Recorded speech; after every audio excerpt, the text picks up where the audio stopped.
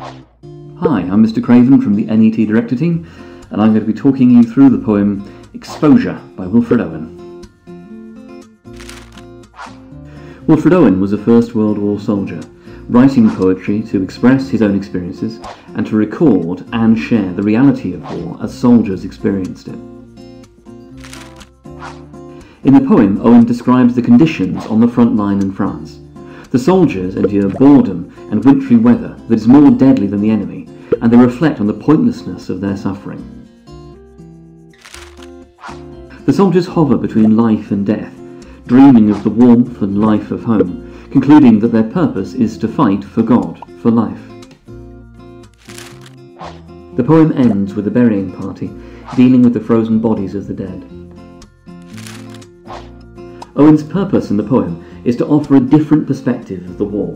This is not about glory or heroism. It's not even about warfare in terms of fighting. The real battle is with the weather and with their own suffering. Owen's recording the perspective of the soldiers, bored, suffering, uncertain of the point of anything, and almost welcoming the idea of death. However, Owen also focuses on the necessity of the soldiers being there to fight for life, and their acceptance of their role despite the awful conditions. The poem is written largely in long lines, with widespread enjambment and occasional caesuras, creating a slow, dull pace. Half-rhymes, sibilants and alliteration help to create an immersive feeling of being there with the troops. The weather is personified, unlike the troops who are anonymous and always presented collectively.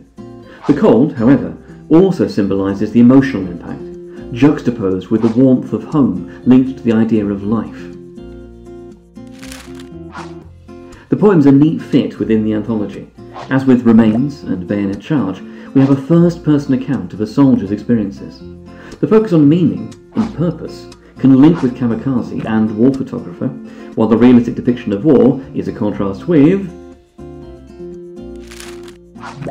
The Charge of the Light Brigade. The focus on nature also links to The Prelude and Storm on the Island. Exposure provides us with an authentic, immersive first-person account, a vivid soundscape, intricately considered structure, a range of themes, and richly imagined images, as an embarrassment of riches in terms of potential comparisons and contrasts. This is a very, very, very, very good hub poem.